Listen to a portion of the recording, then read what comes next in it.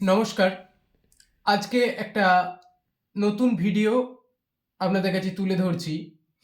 আমরা যে সমস্ত আমার মেকানিক্স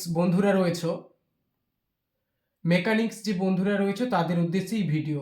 আমরা অনেক সময় মোটরে কত এইচপি মোটরে কত ক্যাপাসিটার লাগাবো রানিং, কত স্টার্টিং ক্যাপাসিটার লাগাবো আমরা বুঝে উঠতে পারি না। অনেক সময় ডাউট ফিল করি।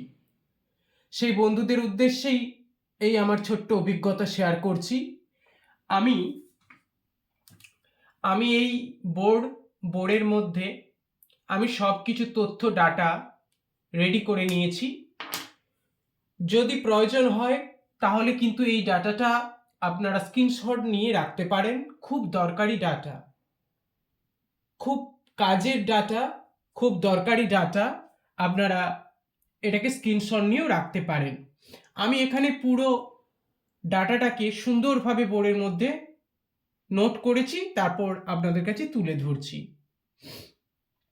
দেখুন, আমি প্রথমে এইচপি লিখিয়েছি, কত এইচপি, কত কিলোওয়াট, রানিং ক্যাপাসিটার কত লাগানো যায়, স্টার্টিং ক্যাপাসিটার কত লাগানো যায়, পুরো সুন্দরভাবে। 0.5 এইচপি সমান আমরা জানি 0.37 কিলোওয়াট হয়, এবং তার জন্য আমরা কিন্তু আমাদের স্টার্টিং ক্যাপাসিটার লাগে না, রানিংটাই লাগে। 10 থেকে 12 আমরা ইউজ করতে পারি। এইভাবে টোটাল কিন্তু আমি একবারে 30 এইচপি 30 এইচপি পর্যন্ত ক্যালকুলেশন করে ডায়াগ্রামটা আপনাদের কাছে তুলে ধরেছি।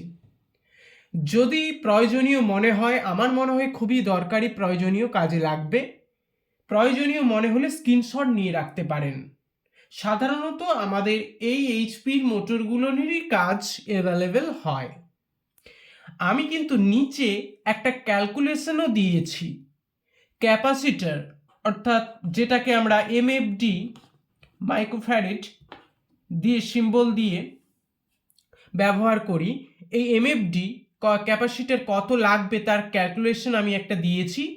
P equal to V2 into F, অর্থাৎ আমরা এখানে পিটাকে সিম্বলটা হচ্ছে ওয়াট, কত কিলো ওয়াট, আর ভি ফর ইনপুট যে ভোল্ট সেই ভোল্ট, আর এফ ফর ফ্রিকোয়েন্সি Hz। এই ফর্মুলাটা আমি কিন্তু এই নোটের মধ্যে দিয়েছি। এই ফর্মুলাটা খুবই কাজের, 100% খুব দরকারি ফর্মুলা। তবে এই হিসেব করতে গেলে আমাদেরকে একটা জিনিস শিখতে হবে। কি শিখতে হবে?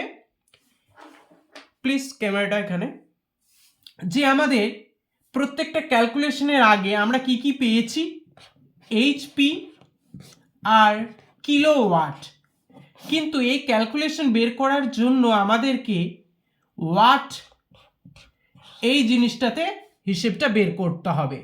তো টোটালি এই হিসেব সম্বন্ধে একটা ভিডিও আমার নেক্সট ভিডিওতে আমি এই হিসেবটা তুলে ধরব, যে কত এইচপি হলে কত কিলোওয়াট হয়, আর কত কিলোওয়াট সমান কত ওয়াট, এই সমস্ত হিসেবগুলো আপনাদের কাছে তুলে ধরবো আমার নেক্সট ভিডিওতে। পাশে থাকবেন, সাথে থাকবেন, সাবস্ক্রাইব করবেন, লাইক করবেন, কিছু জানার থাকলে কমেন্ট করবেন। ধন্যবাদ ভিডিওটি দেখার জন্য।